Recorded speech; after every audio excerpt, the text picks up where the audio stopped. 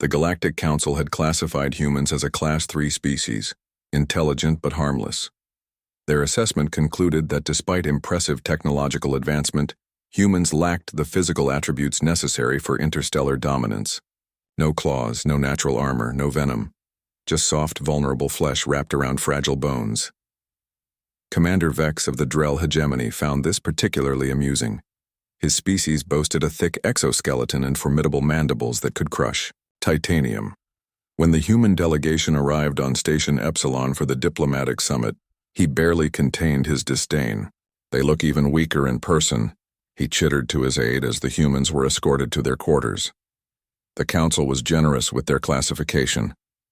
The delegation consisted of 5 humans, 2 diplomats, 2 scientists, and 1 security officer, a Marine named Tom. Unlike the others in pressed suits and casual attire, Tom wore a simple blue uniform with minimal insignia. He walked with quiet confidence, eyes constantly scanning, posture relaxed yet ready. During the initial reception, most species mingled politely, exchanging pleasantries about their respective worlds.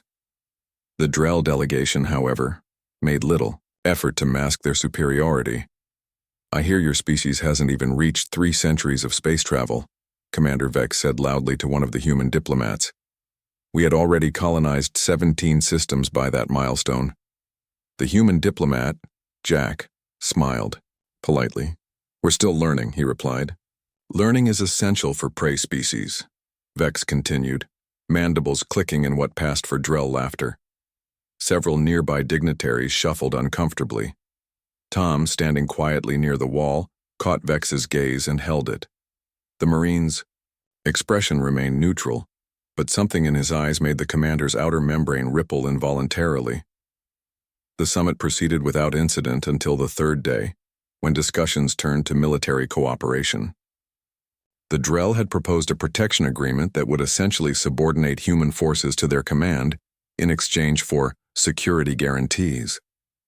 Humans simply lack the evolutionary adaptations for effective combat, Vex argued, addressing the Council. "Our proposal merely acknowledges biological reality." Jack began a diplomatic rebuttal, but Tom stepped forward. "Permission to address the Council?" The Arbiter, a tentacled Quarian, waved approval. "Commander Vex suggests humans are ineffective in combat due to our physical limitations," Tom began, his voice steady. "I'd like to offer a perspective from someone who has actually fought." Vex's mandibles clicked dismissively. "What could a soft-skinned human know of real combat?" Tom smiled slightly. "Commander, my species didn't reach space by being the strongest. We got here because we're really good at killing things stronger than us." The chamber fell silent.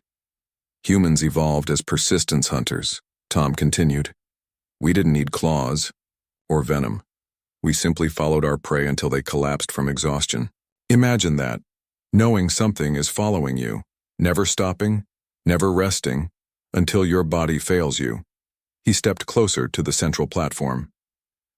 "When we discovered weapons, we excelled not because we were naturally armed, but precisely because we weren't. We had to understand death intimately to survive. We know what mortality tastes like, Commander."